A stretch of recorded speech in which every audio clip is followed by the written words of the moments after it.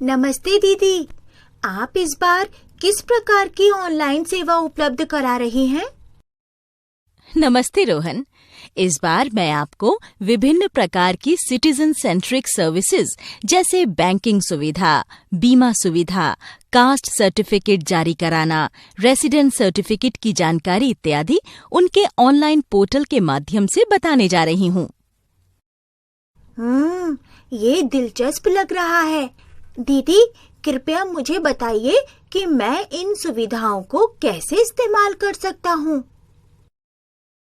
बिल्कुल रोहन, चलो विभिन्न प्रकार के ई डिस्ट्रिक्ट सेवाओं से शुरुआत करते हैं, जिसमें कास्ट सर्टिफिकेट, रेसिडेंट सर्टिफिकेट और इनकम सर्टिफिकेट का जारी होना शामिल है। नमस्ते गीता, मुझे मेरा कास्ट सर्टिफिकेट कैसे मिलेगा, इसके बारे में क्या आप मुझे विस्तार में बताएंगी? हाँ, बिल्कुल।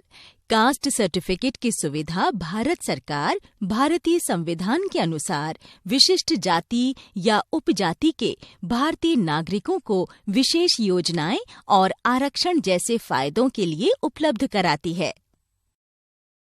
कास्ट सर्टिफिकेट पत्र के आवेदन के लिए आप इन चरणों का अनुसरण करें। पहले ई एप्लीकेशन फॉर्म को डाउनलोड करें। फिर बिना कोई गलती किए सारी जरूरी डिस्क्रिप्शन भरें। उसके बाद अपने किसी भी नजदीकी नोटरी के पास जाके इसे नोटराइज्ड करवाएं। अप्लाई करने से पहले एक बार फॉर्म को अच्छी तरह से पढ़ लें। क्या मुझे अप्लाई करने के साथ कोई डॉक्यूमेंट्स लगाने की जरूरत है? हाँ, आपको कास्ट सर्टिफिकेट फॉर्म के साथ ये डॉक्यूमेंट्स लगाने होंगे। कोई भी एक पहचान पत्र जैसे कि voter ID, passport, driver's license, RSBY card, Aadhaar card, सरकार या अर्ध सरकारी संस्थानों द्वारा जारी कराया गया कोई पहचान पत्र, पैन कार्ड या मनरेगा जॉब कार्ड, कोई भी एक पता प्रमाण पत्र जैसे voter ID, passport, driving license, Aadhaar card, बिजली का बिल, पानी का बिल, 7/12 और 8A की कॉपी या किराए की रसीद या टेलीफोन बिल, राशन कार्ड या प्रॉपर्टी कॉपी। कास्ट सर्टिफिकेट के लिए एक एफिडेविट, अपने किसी रिश्तेदार का कास्ट प्रूफ, आपके या फिर आपके पिताजी का प्राथमिक विद्यालय परित्याग प्रमाण पत्र की प्रति, आवेदक या उनके पिता या रिश्तेदारों में से किसी के जन्म प्रमाण पत्र की प्रति, गवर्नमेंट सर्विस रिकॉर्ड बुक जिसमें जाति, आवेदक के पिता या रिश्तेदारों की सामुदायिक श्रेणी की डिटेल हो, सोशल जस्टिस द्वारा जारी कराया गया एक जाति प्रमाण का दस्तावेज, जांच समिति द्वारा जारी किया गया पिता या रिश्तेदार का वैधता प्रमाण पत्र, राजस्व आलेख या ग्राम पंचायत के आलेख की प्रति, जाति की अधिसूचना के दिनांक से पहले का निवास प्रमाण पत्र। कास्ट सर्टिफिकेट के लिए क्या हमें कुछ एप्लीकेशन फीस भी जमा करानी होगी? नहीं, बिल्कुल नहीं। निवास प्रमाण पत्र के लिए एप्लीकेशन भरने का प्रोसीजर क्या है? निवास प्रमाण पत्र के एप्लीकेशन की विधि वैसी ही है जैसे कि कास्ट सर्टिफिकेट जारी कराने की है। इस मामले में किन डॉक्यूमेंट्स की जरूरत होती है? जो डॉक्यूमेंट आपको निवास प्रमाण पत्र के आवेदन के साथ लगाने की जरूरत है वो ये हैं: voter ID card, pan card, passport, driving licence और आधार कार्ड। इनमें से कोई भी एक पहचान पत्र। ध्यान दें कि एप्लीकेंट का नाम, एप्लीकेशन और आधार कार्ड दोनों में एक ही होना चाहिए। निर्धारित परफॉर्मा पर सेल्फ डिक्लेरेशन 18 वर्ष से कम उम्र के बच्चों के मामले में किसी वयस्क की सेल्फ डिक्लेरेशन की जरूरत पड़ती है। एप्लीकेशन जमा कराने या उसकी वेरिफिकेशन के वक्त एप्लीकेंट की तस्वीर वेब कैमरे से ली जाएगी। एप्लीकेंट की तस्वीर आधार कार्ड की तस्वीर से मिलनी चाहिए। आपका प्रेजेंट रेजिडेंशियल प्रूफ कोई भी एक, जैसा पहले बताया गया है। जन्म तिथि का प्रूफ जैसे कि बर्थ सर्टिफिकेट, स्कूल सर्टिफिकेट या पासपोर्ट।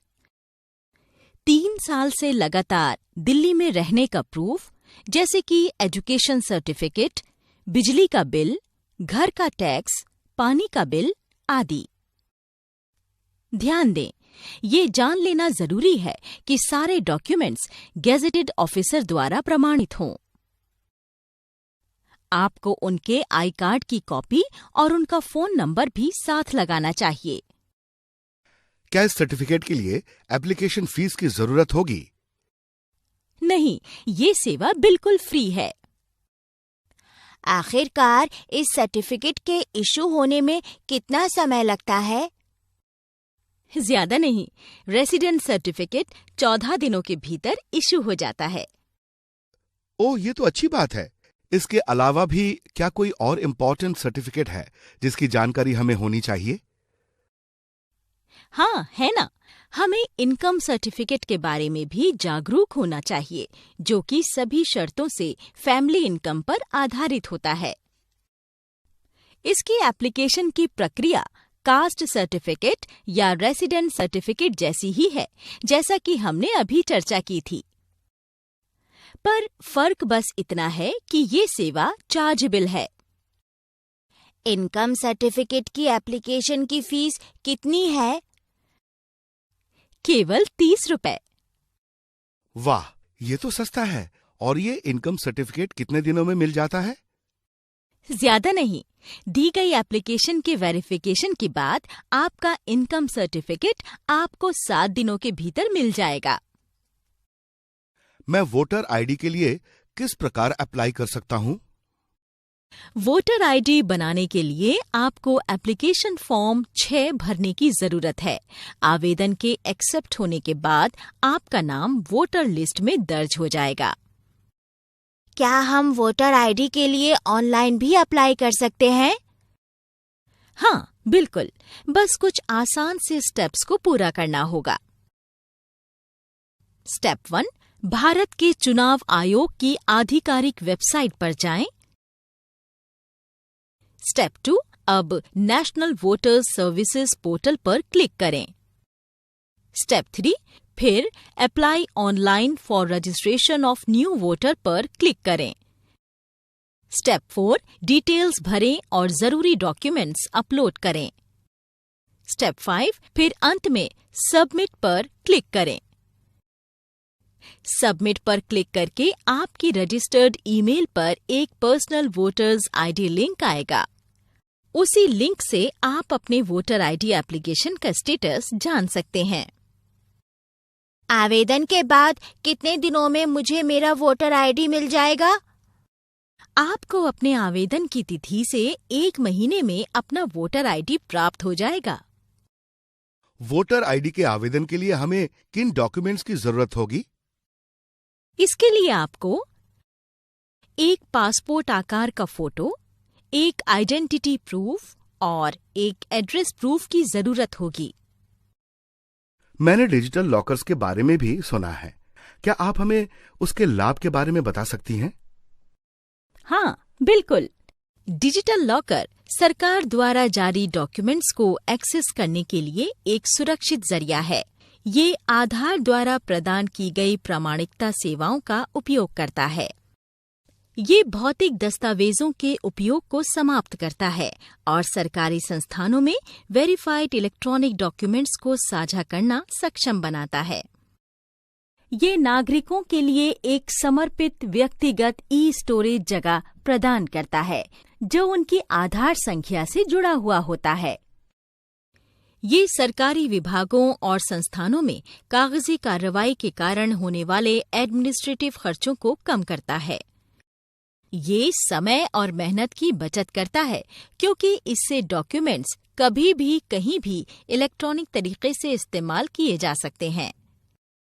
डिजिटल लॉकर में साइन अप करने के लिए किन चीजों की जरूरत है? आपको अपनी आधार संख्या और उससे जुड़ी हुई मोबाइल संख्या की जरूरत होगी। हम डिजिटल लॉकर कैसे बना सकते हैं? साइन अप के लिए डिजिटल लॉकर की ऑफिशियल वेबसाइट पर जाएं। साइन अप बटन पर क्लिक करें।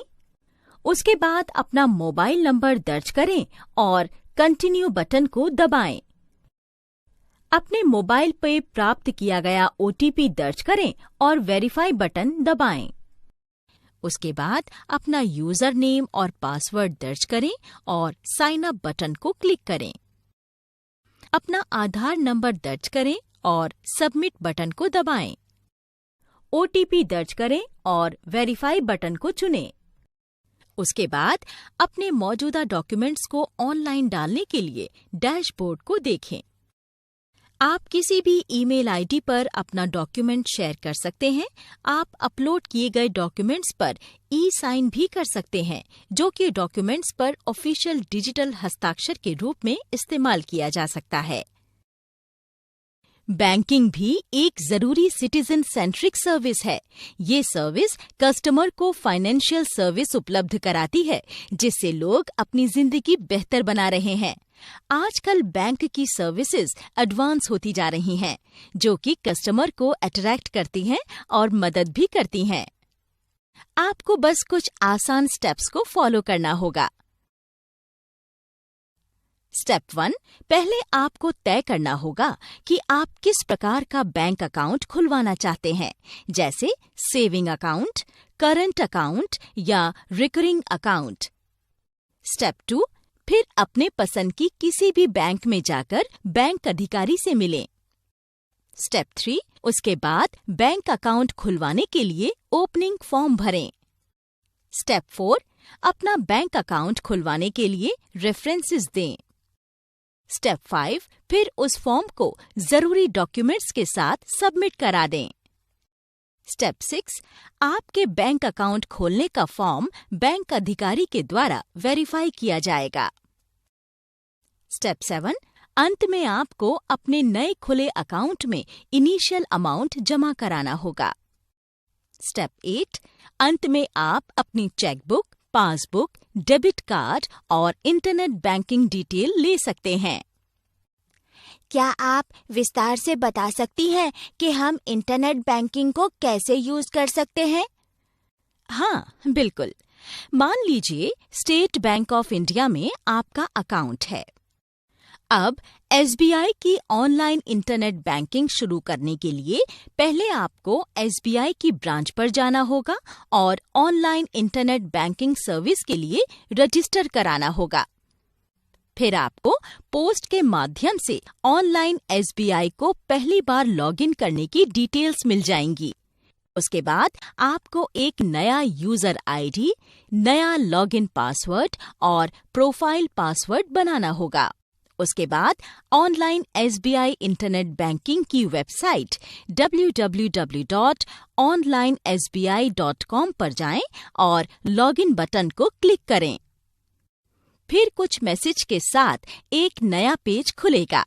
आप उन मैसेजेस को ध्यान से पढ़ लें और फिर continue to login button click करें।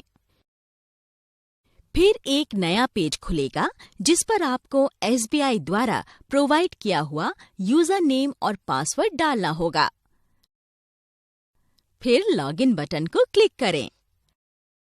उसके बाद आप अपने पसंद का यूजर नेम और पासवर्ड दोबारा बनाएं और उसे सेव कर दें।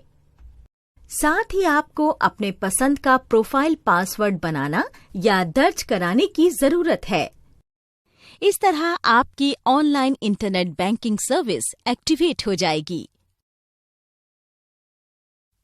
आपने प्रधानमंत्री जन धन योजना यानी पीएमजेडीवाई के बारे में भी सुना होगा, जो कि फाइनेंशियल इंक्लूजन के लिए एक नेशनल मिशन है। जन धन योजना का क्या उपयोग है? जन धन योजना ये सुनिश्चित करती है कि हमें सस्ते माध्यमों से फाइनेंशियल सर्विसेज मिले, जैसे कि banking service, saving and deposit account, भेजी गई रकम, क्रेडिट, बीमा और पेंशन। किस बैंक से हमें ये सेवा मिल सकती है? इसके लिए हम किसी भी बैंक की ब्रांच या बिजनेस करेस्पॉन्डेंट या बैंक मित्र आउटलेट पर जाके जीरो बैलेंस वाला अकाउंट खुलवा सकते हैं। अगर अकाउंट होल्डर चेक बुक लेना चाहता है तो उसे मिनिमम बैलेंस क्राइटेरिया पूरा करना होगा। प्रधानमंत्री जनधन योजना के अंतर्गत अकाउंट खुलवाने के लिए किन डॉक्यूमेंट्स की जरूरत होती है? आपको बस आधार नंबर की जरूरत होगी। अगर आपका एड्रेस बदल गया हो तो प्रेजेंट एड्रेस का एक सेल्फ सर्टिफिकेशन भी काफी रहेगा। अगर आधार कार्ड ना हो तो कोई भी ऑफिशियली वैलिड डॉक्यूमेंट की जरूरत होगी, जैसे voter ID, driving licence, pan card, passport या नरेगा कार्ड। अगर इन दस्तावेजों पर भी आपका पता है तो ये पहचान और पता दोनों सबूत का काम कर देगा। क्या इन डॉक्यूमेंट्स की जगह कोई और डॉक्यूमेंट भी लगाया जा सकता है?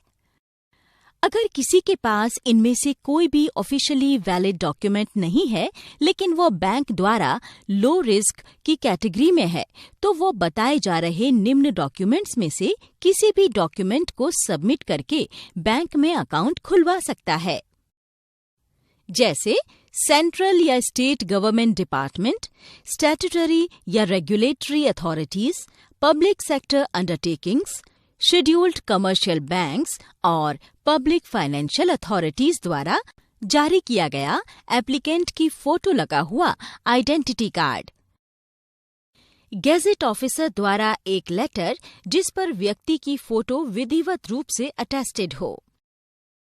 क्या आप हमें PMJDY की योजना के फायदों के बारे में बता सकती हैं? हाँ, बिल्कुल। ये योजना जमा राशि पर ब्याज उपलब्ध कराती है। 1 लाख का एक्सीडेंटल इंश्योरेंस देती है। किसी प्रकार के मिनिमम बैलेंस की जरूरत नहीं होगी।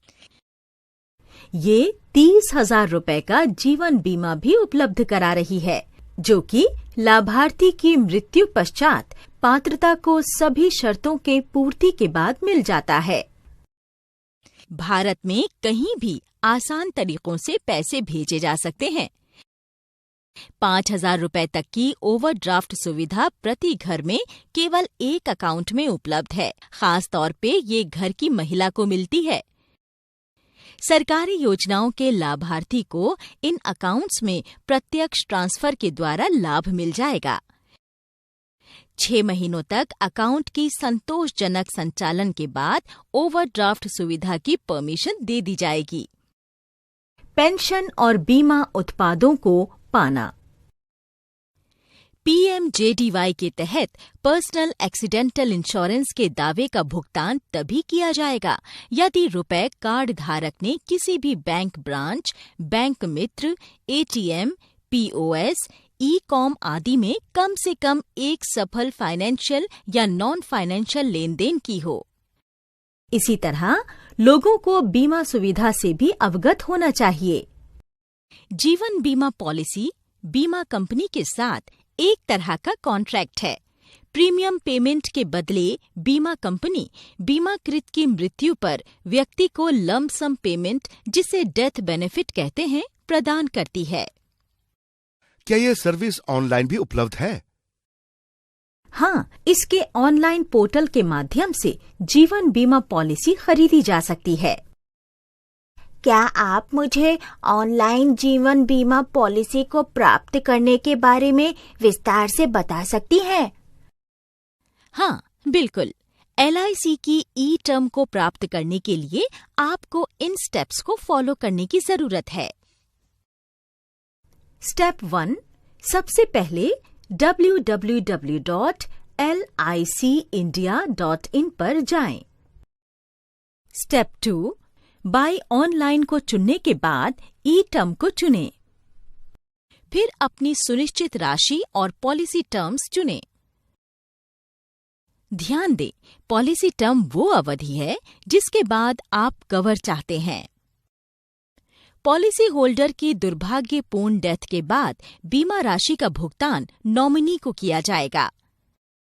फिर इस फॉर्म में कुछ बेसिक डिटेल एंटर करें, जैसे नाम, उम्र, जेंडर, क्वालिफिकेशन आदि। उसके बाद एक प्रीमियम कैलकुलेटर चुने हुए पैरामीटर के लिए प्रीमियम को कैलकुलेट करेगा।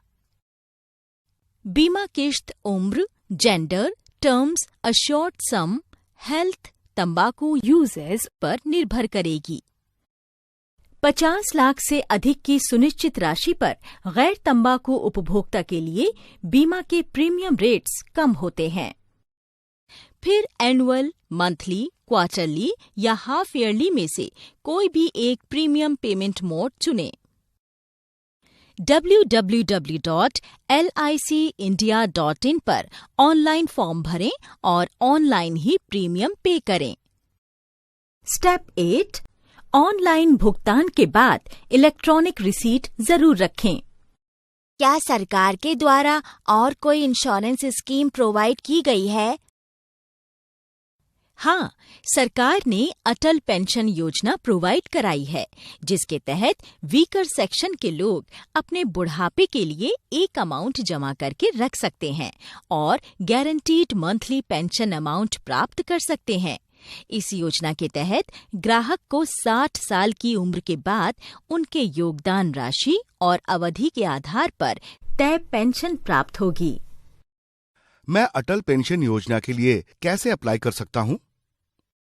आप इस योजना के लिए बैंक वेबसाइट और थर्ड पार्टी वेबसाइट्स पर ऑनलाइन उपलब्ध एक सब्सक्राइबर फॉर्म के माध्यम से अप्लाई कर सकते हैं। जैसे कि अगर आप बैंक से अप्लाई कर रहे हैं तो इन स्टेप्स को फॉलो करें। स्टेप 1, पहले किसी भी वेबसाइट से अटल पेंशन योजना का फॉर्म डाउनलोड करें या फिर इसे बैंक से प्राप्त कर लें। स्टेप 2, फॉर्म भरें और ये ध्यान रखें कि दी जा रही सारी इन्फॉर्मेशन सच और सही है। स्टेप 3, फॉर्म के साथ आधार कार्ड की फोटोकॉपी जरूर लगाएं। स्टेप 4, फिर जो पेंशन आपको 60 वर्ष की उम्र के बाद चाहिए उसका चयन करें। उसके बाद आपको पता चल जाएगा कि आपको हर साल कितनी प्रीमियम देनी होगी। स्टेप 5, फिर अपना सेविंग अकाउंट नंबर एंटर करें। यदि आपके पास सेविंग अकाउंट नंबर नहीं है तो आप इसे सेम ब्रांच में नॉर्मल कंडीशन के साथ या जन धन योजना के तहत खोल सकते हैं। स्टेप 6, चुनी हुई पेंशन राशि के तहत हर महीने आपके जमा खाते से खुद ब खुद प्रीमियम काट लिया जाएगा। इसकी सहमति आपको योजना के लिए भरे गए फॉर्म में देनी होगी। स्टेप 7, ये सब भर लेने के बाद आप एक बार अपने बैंक अधिकारी से पूछ सकते हैं कि क्या उन्हें फॉर्म के साथ कोई और डॉक्यूमेंट की जरूरत है और वो आपको सभी फॉर्मेलिटीज को पूरा करने में मदद करेंगे। इस योजना के लिए अप्लाई करने वाले व्यक्ति की एज लिमिट क्या है? 18 से 60 साल। सरकार हाई रिस्क कैटेगरी जैसे मैकेनिक, मजदूर, बहुत सी यात्राएं करने वाले ट्रक ड्राइवर्स को प्रधानमंत्री जीवन ज्योति बीमा योजना यानी PMJJY के तहत एक्सीडेंट इंश्योरेंस मुहैया कराती है। मैं इस योजना में एनरोल कैसे हो सकता हूँ? आप प्रधानमंत्री सुरक्षा बीमा योजना के लिए कुछ सरल स्टेप्स को फॉलो करके ऑनलाइन एनरोल कर सकते हैं। पहले अपने SBI इंटरनेट बैंकिंग अकाउंट में लॉगिन करें। सफलतापूर्वक लॉगिन करने के बाद सोशल सिक्योरिटी स्कीम्स लिंक पर क्लिक करें। फिर एक नया पेज खुल जाएगा जहां आपको योजना और अपना अकाउंट नंबर चुनना होगा। इसके बाद सबमिट बटन पर क्लिक करें। उसके बाद CIF नंबर चुनें और सबमिट को क्लिक करें। इसके बाद एक ऑनलाइन एप्लीकेशन फॉर्म खुल जाएगा जहां आपको कुछ बेसिक और नॉमिनी की डिटेल भरनी होंगी। कुछ डिटेल जैसे कि नाम, पता आदि पहले से दर्ज किए होंगे। सभी डिटेल्स एंटर करने के बाद एंटर बटन दबाएं। इसके बाद आप सफल रजिस्ट्रेशन का एक मैसेज देखेंगे और एक रेफरेंस नंबर भी आपको प्रदान किया जाएगा। आप स्टेटस टैब का उपयोग कर अपने ऑनलाइन एप्लीकेशन के स्टेटस को भी देख सकते हैं। क्या आप कृपया हमें इस योजना के लाभ उठाने के लिए एज लिमिट के बारे में बता सकती हैं? हाँ, बिल्कुल। इस योजना की एज लिमिट 18 से 70 वर्ष है। क्या सरकार सीनियर सिटीजन्स के लिए भी ऐसी कोई बीमा योजना प्रदान कराती है? हाँ, बिल्कुल। यूनियन कैबिनेट ने सीनियर सिटीजन्स के लिए वरिष्ठ पेंशन बीमा योजना 2017 VPBY को मंजूरी दे दी है। 8% प्रतिवर्ष के रिटर्न की गारंटी दर पर ये योजना 10 वर्षों के लिए पेंशन प्रदान करेगी। कृपया हमें इस योजना के बारे में कुछ और बताएं। ये योजना 10 साल तक पक्के तौर पर पेंशन की एश्योरिटी देती है। योजना का एम 60 वर्ष की आयु के लोगों को फाइनेंशियल सिक्योरिटी प्रदान कराना है। वरिष्ठ पेंशन बीमा योजना के तहत मिनिमम पेंशन 500 रुपए और मैक्सिमम 5,000 रुपए प्रति माह दी जाएगी। LIC वरिष्ठ पेंशन बीमा योजना में लॉक इन पीरियड 15 साल है। ग्राहक के पास मंथली, क्वार्टरली, अर्धवार्षिक और वार्षिक आधार पर पेंशन चुनने का विकल्प होगा। पेंशन सीधे ECS या NEFT के माध्यम से पेंशन भोगी के बैंक अकाउंट में जमा हो जाएगी। चेक या डिमांड ड्राफ्ट जारी नहीं किया जाएगा। LIC से प्राप्त नॉर्मल पेंशन पर कर लागू है, लेकिन वरिष्ठ पेंशन बीमा योजना के तहत भुगतान की गई प्रीमियम को धारा 80C के तहत टैक्स से छूट दी गई है। पॉलिसी धारक 3 वर्षों के पूरे होने के बाद लोन का लाभ उठा सकते हैं। खरीद मूल्य की 75% राशि उच्चतम संभावित लोन की राशि होगी। पेंशन भोगी की मृत्यु पर नॉमिनी को इन्वेस्टेड अमाउंट वापस मिलता है। क्या ऐसी कोई सेवा सरकार द्वारा उपलब्ध कराई गई है जो मुझे अपने लैंड डिटेल्स को एक्सेस करने की अनुमति देती है? हाँ, सेंट्रल और स्टेट गवर्नमेंट लैंड रिकॉर्ड को ऑनलाइन लाने की कोशिश में जुटे हैं। भारत के रियल एस्टेट सेक्टर में अधिक पारदर्शिता लाने के लिए कई राज्यों ने पहले से ही अपने लैंड रिकॉर्ड को कंप्यूटराइज्ड किया है। ये तो बहुत ही अच्छी बात है। इस सर्विस को मैं कैसे प्राप्त कर सकता हूँ? बस आपको कुछ आसान स्टेप्स को फॉलो करने की आवश्यकता है। सबसे पहले अपने स्टेट के आधार पर वेबसाइट पर जाएं। उदाहरण के लिए, यदि आपकी लैंड उत्तर प्रदेश में है तो आपको www.bhulekh.up.nic.in लिंक पर जाना होगा। स्टेप 2, फिर आप वो डिस्ट्रिक्ट चुनें जिसमें आपकी जमीन मौजूद है। मान लीजिए आपने सूची में से गौतम बुद्ध नगर को चुना है। स्टेप 3, इसके बाद तहसील या राजस्व मंडल को चुनें जिसके अधिकार क्षेत्र में वो भूमि आती है। तहसील की तालिका में गौतम बुद्ध नगर का चयन करें और उसके बाद अपना गांव या इलाका चुनें। मान लीजिए आपकी जमीन अट्टा गुजरा में है। रेवेन्यू रिकॉर्ड में मेंशन जमीन नंबर प्रदान करके लैंड डिटेल अब प्राप्त की जा सकती है, जो आसानी से ऑनलाइन पाई जा सकती है। उदाहरण के लिए मान लें हमारे केस में 67 है। फिर 67 दर्ज करें और सर्च का बटन दबाएं। आपको अधिक डिटेल जैसे खसरा और खाता भी भरना पड़ सकता है। यदि आपके लैंड नंबर में अधिक अलॉटीज हैं तो साइट आपकी डिटेल को सर्च करेगी। आखिर में इन नीले बॉक्स पर क्लिक करें, जिसके बाद आप डिटेल्स देख सकते हैं। साइट पूरी डिटेल डिस्प्ले करेगी। मैं स्कॉलरशिप के लिए अप्लाई करना चाहता हूँ, तो क्या आप कृपया सरकार द्वारा दी जा रही किसी ऐसी सर्विस के बारे में बता सकती हैं जो स्कॉलरशिप से जुड़े मामलों पर काम करती है? हाँ, बिल्कुल। नेशनल स्कॉलरशिप्स पोर्टल यानी NSP एकमात्र समाधान है जिसके माध्यम से स्टूडेंट्स को स्कॉलरशिप से संबंधित विभिन्न सर्विसेज प्रोवाइड की जाती हैं। ये सर्विसेज हैं स्टूडेंट एप्लीकेशन, एप्लीकेशन की रसीद, प्रसंस्करण के साथ ही स्कॉलरशिप्स की मंजूरी, स्टूडेंट्स को विभिन्न स्कॉलरशिप का वितरण। नेशनल स्कॉलरशिप्स पोर्टल को नेशनल ई-गवर्नेंस योजना के तहत एक मिशन प्रणाली परियोजना के रूप में लिया गया है।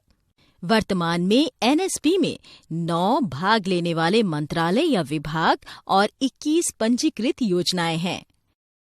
इस पहल का मकसद है simplified, mission oriented, accountable, responsive और पारदर्शी स्मार्ट सिस्टम। ये स्कॉलरशिप्स एप्लीकेशन को तेज और प्रभावी डिस्पोजल को एंश्योर करता है और बिना किसी गड़बड़ी के फंड लाभार्थी के खाते में पहुंच जाता है। इस पोर्टल का इस्तेमाल करके मैं स्कॉलरशिप के लिए किस प्रकार अप्लाई कर सकता हूँ? ये बहुत आसान है, बस आपको कुछ स्टेप्स को फॉलो करना होगा। पहले नेशनल स्कॉलरशिप्स पोर्टल http://scholarships.gov.in/new-student-regfrm पर जाएं और फिर स्टूडेंट रजिस्ट्रेशन पेज के माध्यम से अपना रजिस्ट्रेशन कराएं। सिस्टम के द्वारा दिए गए इंस्ट्रक्शंस के अनुसार एप्लीकेशन को भरें और फिर सबमिट को क्लिक करें। सेव करने के बाद आपको एक टेम्पररी आईडी मिलेगी। फिर बाद की डिटेल्स को भरने के लिए अपनी टेम्पररी आईडी और डेट ऑफ बर्थ भरें। रजिस्ट्रेशन और ऑनलाइन फॉर्म जमा कराने के बाद एक परमानेंट रजिस्ट्रेशन आईडी बन जाती है, जिसे एप्लीकेशन का स्टेटस और रिन्यूअल के लिए इस्तेमाल करते हैं। क्या मैं फॉर्म सबमिट करने के बाद भी अपनी डिटेल एडिट कर सकता हूँ? नहीं, जब तक स्कॉलरशिप एप्लीकेशन प्रक्रिया पूरी नहीं हो जाती, तब तक आप डिटेल्स में बदलाव नहीं कर सकते। मैं फ्यूचर में अपनी स्कॉलरशिप का रिन्यूअल कैसे कर सकता हूँ? स्कॉलरशिप की रिन्यूअल के लिए आपको अपने बैंक अकाउंट नंबर और डेट ऑफ बर्थ, जिसे आपने पिछले वर्ष रजिस्ट्रेशन कराया था, इन चीजों की जरूरत होगी। आप फॉरगॉट रजिस्ट्रेशन आईडी पर क्लिक करके भी अपनी आईडी दोबारा पा सकते हैं। इसी तरह ई-हॉस्पिटल सरकार द्वारा प्रदान की जाने वाली सबसे इम्पोर्टेंट सर्विस में से एक है। ये ICT सॉल्यूशन पर आधारित हॉस्पिटल मैनेजमेंट सिस्टम है, जो स्पेशली गवर्नमेंट सेक्टर के हॉस्पिटल के लिए है। क्या आप ऐसे कुछ हॉस्पिटल के नाम बता सकते हैं जो इस सिस्टम के तहत सर्विसेज प्रोवाइड करा रहे हैं? पोर्टल पर हॉस्पिटल्स की लिस्ट है, जिसके माध्यम से पेशेंट ऑनलाइन अपॉइंटमेंट बुक कर सकते हैं। मरीज के रजिस्ट्रेशन के लिए ऑनलाइन रजिस्ट्रेशन सिस्टम यानी ORS डेवलप की गई है। ये एक ऑनलाइन पोर्टल है जहां आधार धारक नागरिक भारत के विभिन्न स्टेट्स और केंद्र शासित राज्य में भी हॉस्पिटल्स में नियुक्ति के लिए नामांकन कर सकते हैं।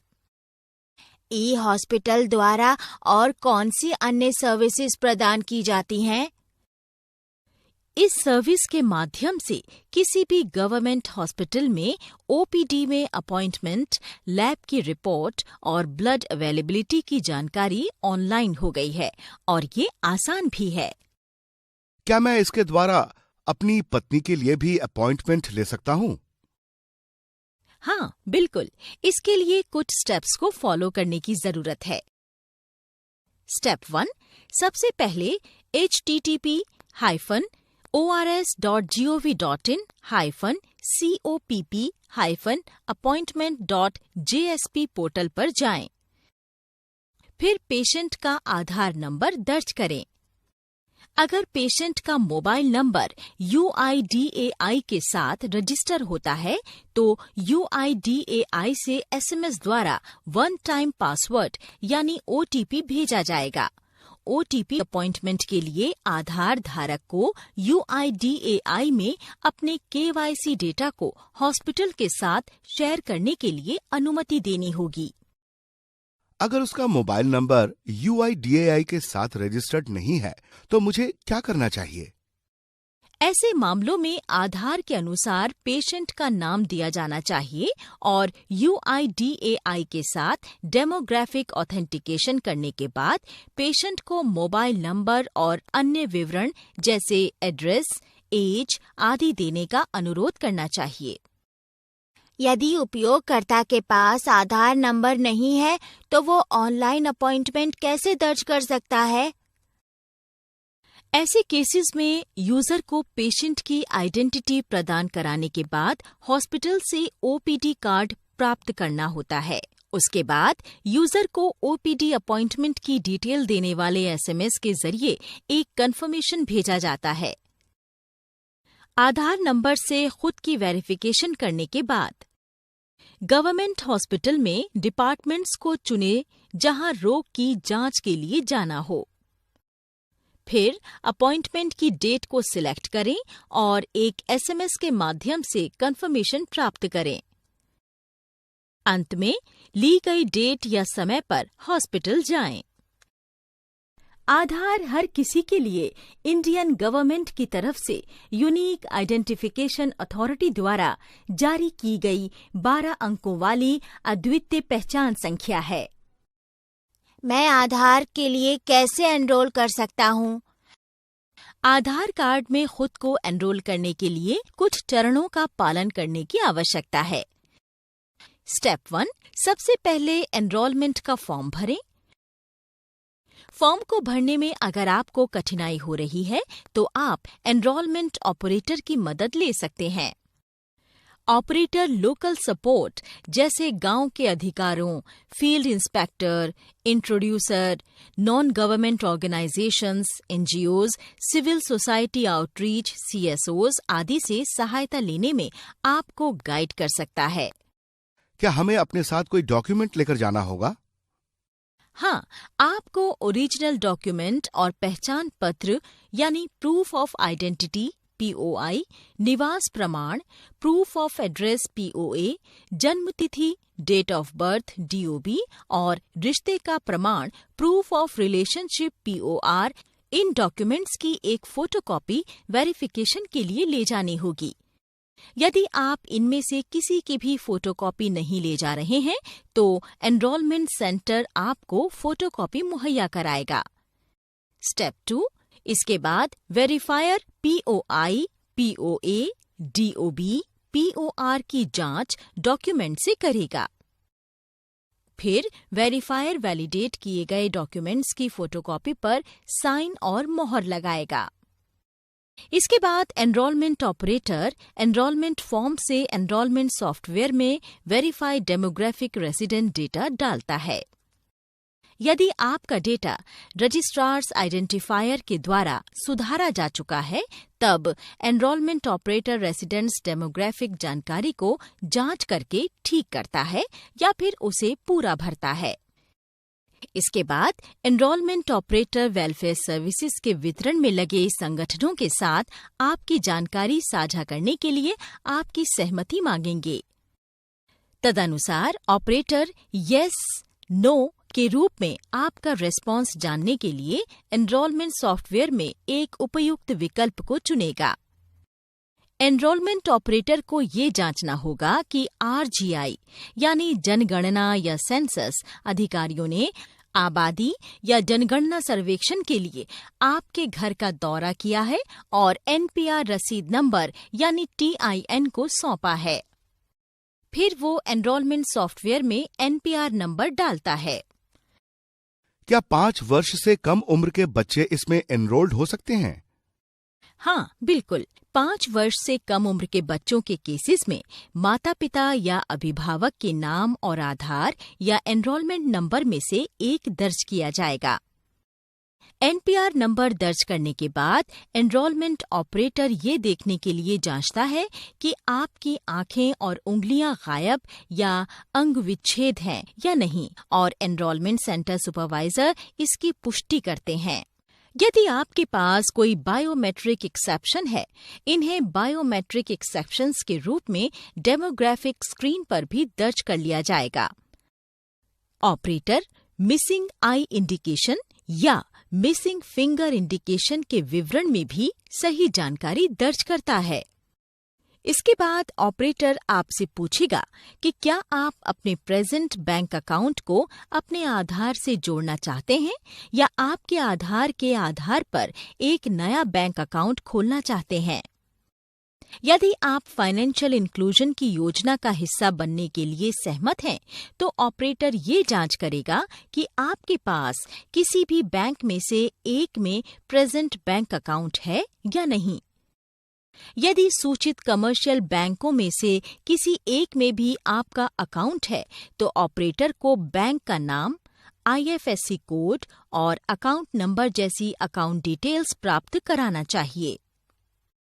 यदि आप एक नया अकाउंट खोलना चाहते हैं, तो ऑपरेटर एनरोलमेंट सॉफ्टवेयर में इसको मेंशन करेगा। फ्यूचर में आपके लिए एक खाता खोला जाएगा। फिर एनरोलमेंट ऑपरेटर वेब कैमरे के द्वारा आपके चेहरे की तस्वीर लेगा। यदि आपके पास मिसिंग आई इंडिकेशन या मिसिंग फिंगर इंडिकेशन है, तो इनकी कैमरे से फोटो ली जाएगी। इस प्रकार एनरोलमेंट ऑपरेटर बायोमेट्रिक्स IRIS की जानकारी लिखेगा और एनरोलमेंट ऑपरेटर बायोमेट्रिक्स फिंगरप्रिंट की जानकारी भी लिखेगा। इसके बाद ऑपरेटर आपके सामने रखे एक मॉनिटर पर दर्ज हुआ डेटा दिखाएगा और यदि आवश्यक हुआ तो ऑपरेटर आपको सभी डिटेल पढ़कर सुनाएगा ताकि ये एंश्योर किया जा सके कि सभी डिटेल्स सही हैं। यदि आप डेटा में किसी भी तरह के सुधार की मांग करेंगे, तो एनरोलमेंट ऑपरेटर को एनरोलमेंट क्लाइंट सॉफ्टवेयर में सुधार करना होगा। क्या इस तरह के बदलावों के लिए कोई डॉक्यूमेंट्री एविडेंस की जरूरत है? हाँ, उपनाम बदलने जैसे बड़े बदलावों के कार्यों में एनरोलमेंट ऑपरेटर डॉक्यूमेंट्री एविडेंस मांगेंगे। एनरोलमेंट ऑपरेटर उस आधार के लिए कंफर्मेशन और साइन ऑफ के लिए अपने फिंगरप्रिंट प्रदान करता है जो आधार एनरोलमेंट क्लाइंट में दर्ज कर लिया जाता है। एनरोलमेंट एजेंसी सुपरवाइजर के फिंगरप्रिंट की आवश्यकता हो सकती है। अगर कोई अपवाद जैसे कि उंगली या आंख की कमी और अगर बायोमेट्रिक की क्वालिटी अच्छी नहीं है, तब फोर्स कैप्चर ऑप्शन का उपयोग किया जाता है। परिचयकर्ता के आधार पर एनरोलमेंट के केस में परिचयकर्ता को अपने फिंगरप्रिंट से साइन ऑफ करके ये पुष्टि करनी होती है कि दर्ज की गई सभी जानकारी सही है। अगर परिचयकर्ता एनरोलमेंट के दौरान खुद मौजूद नहीं है, तो एनरोलमेंट वाले दिन के अंत तक परिचयकर्ता के द्वारा वेरीफाई किया जा सकता है। इसी तरह परिवार के प्रमुख HOF बेस्ड एनरोलमेंट के केस में परिवार के हेड को उनके फिंगरप्रिंट से साइन ऑफ करना होगा, ये सुनिश्चित करने के लिए कि दर्ज की गई जानकारी सही है। अंत में ऑपरेटर को आपके द्वारा सिलेक्टेड लैंग्वेज को चुनना होगा जिसमें प्रिंट रिसीट पर लीगल डिक्लेरेशन टेक्स्ट प्रिंटेड होगा। उसके बाद ऑपरेटर एक्नॉलेजमेंट स्लिप और एक A4 आकार की शीट में सहमति फॉर्म प्रिंट करेगा। ऑपरेटर को केंद्र से प्राप्त शीट को फाड़ना होगा। ऑपरेटर स्लिप पर साइन करेगा और आपको देगा। उसके बाद आपको सहमति फॉर्म पर साइन करना होगा और इसे ऑपरेटर को वापस करना होगा। यदि निवासी 5 वर्ष से कम का बच्चा है, तो बच्चे के माता-पिता या अभिभावक जिनकी एनरोलमेंट ID सॉफ्टवेयर में दर्ज की गई थी, सहमति फॉर्म पर साइन करेंगे। POA, POI और DOB प्रमाणों के साथ सहमति फॉर्म को फिर रजिस्ट्रार द्वारा निर्धारित प्रोसीजर के अनुसार जमा किया जाता है। ये अच्छा है, लेकिन अगर आवश्यक हो तो आधार नंबर प्राप्त करने के बाद डेटा में कोई भी परिवर्तन किया जा सकता है? जरूर। यदि निवासियों को किसी भी डेमोग्राफिक या बायोमेट्रिक डेटा को अपडेट करने की जरूरत है, वो अपडेट एनरोलमेंट प्रोसीजर का अनुसरण कर सकते हैं। ये प्रोसीजर नई एनरोलमेंट के समान है। मैं इस प्रोसीजर को एक्सप्लेन करती हूँ। ये procedure capturing resident demographic data से शुरू होती है। ऐसा करने के लिए आपको मेन्यू बटन पर क्लिक करना होगा, फिर लाइफ साइकिल चेंजेस पर क्लिक करना होगा और फिर आपको अपडेट रेसिडेंट इंफॉर्मेशन विकल्प चुनना होगा। यहाँ पहला स्टेप है कि आधार नंबर और निवासी के नाम को भरना है। ये याद रखना चाहिए कि अपडेट एनरोलमेंट शुरू करने के लिए आधार नंबर और निवासी का नाम आवश्यक है। एनपीआर भी एक जरूरी फील्ड है, लेकिन अगर ये उपलब्ध नहीं है तो आप नॉट गिवन चेकबॉक्स को सिलेक्ट कर सकते हैं। यदि निवासी एक नवजात है तो कृपया चेकबॉक्स में the resident is less than 5 years old को चुनें। यदि निवासी को अपने बायोमेट्रिक डेटा अपडेट करने की आवश्यकता है तो प्लीज अपडेट बायोमेट्रिक डिटेल्स के चेकबॉक्स को चुनें। अगले स्टेप में नाम में सुधार कर सकते हैं। नाम एक जरूरी फील्ड है जिसमें भले ही सुधार की जरूरत नहीं हो, फिर भी इसे भरा जाता है।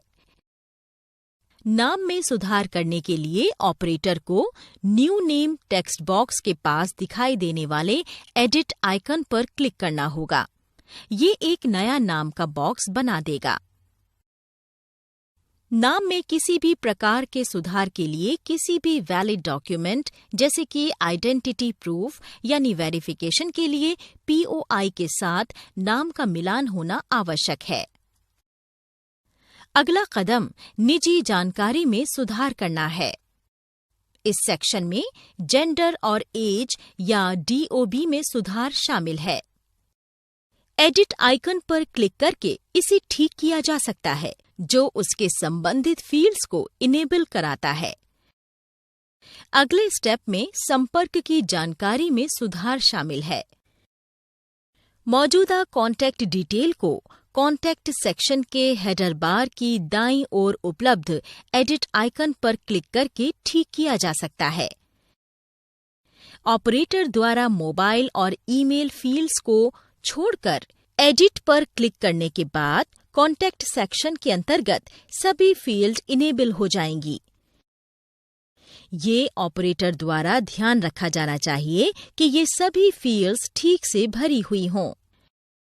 एड्रेस फील्ड में कोई भी चेंज वेरिफिकेशन के लिए एड्रेस के 5 प्रूफ जैसे एक वैलिड डॉक्यूमेंट के साथ समर्थित होना चाहिए, अर्थात वेरिफिकेशन के लिए POA। निवासी के मोबाइल नंबर या ईमेल आईडी को सही करने के लिए ऑपरेटर को दिए गए फील्ड के लिए संबंधित एडिट आइकन पर क्लिक करना होगा। इस पेज की अंतिम फील्ड अर्थात इंफॉर्मेशन शेयरिंग सहमति को निवासी के अनुरोध के अनुसार साझा किया जा सकता है। एनरोलमेंट डेटा की अपडेशन में अगला स्टेप है रेफरेंस देना। रेफरेंस बटन पर क्लिक करने के पश्चात संबंधित पेज खुलेगा। इस स्टेप में वेरिफिकेशन के लिए सही किए गए डिटेल्स को वैलिड डॉक्यूमेंट्स का प्रावधान शामिल है। डेमोग्राफिक डिटेल्स में बदलाव के लिए आपको मान्य दस्तावेज, पहचान पत्र, POI के रूप में और निवास प्रमाण जमा कराना होगा। आइडेंटिटी प्रूफ और एड्रेस प्रूफ के मुताबिक ड्रॉप डाउन बटन इन प्रत्येक सेक्शन में किए गए सुधारों के आधार पर इनेबल होंगे। ऑपरेटर को दिए गए ड्रॉप डाउन मेन्यू से उसी डॉक्यूमेंट नाम का चयन करना होगा जैसा कि वेरिफिकेशन के पर्पस के लिए निवासी द्वारा जमा किया गया है। अगले पेज पर संबंधित डिटेल फील्ड को भरें। ये डिटेल्स जरूरी हैं। यदि एनरोल्ड निवासी एक नवजात अर्थात 5 साल से कम उम्र का है और अन्य निवासियों के लिए वैकल्पिक है। एक नवजात निवासी के लिए ऑपरेटर को ड्रॉप डाउन मेन्यू बटन से संबंध चुनना होगा और उसे नाम और एनरोलमेंट ID या आधार नंबर दर्ज करने की आवश्यकता होगी। 5 वर्ष और उससे अधिक उम्र के निवासी के लिए यदि विकल्प वेरीफाइंग यूजिंग सपोर्टिंग डॉक्यूमेंट्स चुना गया है तो रिलेटिव डिटेल्स फील्ड को गैर अनिवार्य या वैकल्पिक माना जाता है। 5 वर्ष और उससे अधिक उम्र के निवासी के लिए यदि विकल्प introducer shall verify the residence identity address चुना गया है तो रिलेटिव डिटेल्स का सत्र गैर अनिवार्य या वैकल्पिक हो जाता है। 5 वर्ष और उससे अधिक उम्र के निवासी के लिए यदि head of family shall verify the residence identity address का ऑप्शन चुना गया है तो रिलेटिव डिटेल्स क्षेत्र अनिवार्य हो जाता है। एनरोलमेंट डेटा के अपडेशन का अंतिम स्टेप रसीद की छपाई है। एनरोलमेंट फॉर्म में चेंज्ड डेटा साझे जाने के बाद ये दी गई डिटेल के साथ एक सफल विंडो डिस्प्ले करेगा। सक्सेस मैसेज इससे पता चलता है कि एनरोलमेंट डेटा में अपडेशन सफलतापूर्वक पूरा हो गया है। एनरोलमेंट आईडी एनरोलमेंट पूरा होने के बाद जो आईडी जनरेट होती है उसे एनरोलमेंट आईडी कहते हैं। वही रसीद पर भी प्रिंटेड होती है। डिक्लेरेशन स्टेटमेंट के प्रिंट को लोकल लैंग्वेज में लेने के लिए एक चेकबॉक्स भी है। रसीद में लोकल लैंग्वेज में डिक्लेरेशन स्टेटमेंट को प्रिंट करने के लिए इस बॉक्स को चुनना होगा। इस विंडो के नीचे 3 बटन डिस्प्ले होते हैं। इनका उपयोग एनरोलमेंट रसीद की छपाई के लिए, डॉक्यूमेंट्स को अटैच करने के लिए और अगले नामांकन में जाने के लिए किया जाता है।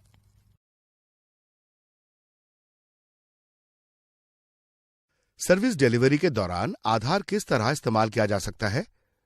आधार सीडिंग एक ऐसी प्रक्रिया है जिसके द्वारा निवासियों का यूआईडी सही रूप से सेवा प्रदाता के सेवा वितरण या डिलीवरी डेटाबेस में आधार के द्वारा प्रमाणीकरण को जारी करने के लिए जोड़ा जाता है।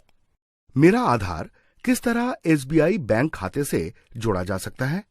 इसके लिए आपको SBI internet banking portal www.onlinesbi.com पर जाना होगा। उसके बाद माई अकाउंट्स के नीचे लिंक योर आधार नंबर पर जाएं। उसके बाद अकाउंट नंबर चुनें, आधार नंबर दर्ज कीजिए और सबमिट को क्लिक कीजिए। फिर मानचित्रण यानी मैपिंग की स्थिति की सलाह ग्राहक को उसके पंजीकृत मोबाइल नंबर पर दी जाएगी। आप अपने एटीएम चैनल के किसी भी एटीएम का प्रयोग करके अपने बैंक खाते के साथ अपने आधार को जोड़ सकते हैं। इसके लिए पहले अपना एटीएम कार्ड स्वाइप करें और अपना पिन एंटर करें।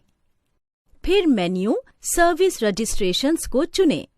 उसके बाद आधार रजिस्ट्रेशन या पंजीकरण चुनें। उसके बाद खाते का प्रकार और अपनी आधार संख्या दर्ज करें। क्या हम अपना आधार मोबाइल फोन से भी लिंक कर सकते हैं? हाँ, बिल्कुल। अपने रजिस्टर्ड मोबाइल नंबर से 567676 पर इस तरह एसएमएस करें, यूआईडी स्पेस आधार नंबर स्पेस अकाउंट नंबर। अगर आपका मोबाइल नंबर रजिस्टर्ड नहीं है या अगर आपका आधार आपके खाते से पहले से ही जुड़ा हुआ है तो आपको एसएमएस से जवाब आ जाएगा। अगर आपका मोबाइल नंबर बैंक के साथ रजिस्टर्ड है तो आपकी रिक्वेस्ट की कंफर्मेशन एसएमएस द्वारा मिल जाएगी। फिर आपका आधार नंबर यूआईडीएआई के साथ बैंक द्वारा जांचा जाएगा। अगर ये जांच असफल रही तो उपभोक्ता को एक एसएमएस भेजा जाएगा कि वो एसबीआई शाखा से अपने आधार नंबर या ई-आधार के साथ संपर्क करें। हम आधार को बैंक ब्रांच के साथ कैसे लिंक कर सकते हैं? किसी भी एसबीआई ब्रांच में आधार नंबर या ई-आधार की कॉपी लेके जाएं। शाखा में आधार पत्र की ज़ेरॉक्स प्रति के साथ अनुरोध पत्र जमा कराना होगा। जरूरी जांच के बाद शाखा द्वारा लिंक किया जाता है। आपके रजिस्टर्ड मोबाइल नंबर पर इस प्रक्रिया की जानकारी एसएमएस द्वारा दी जाती है।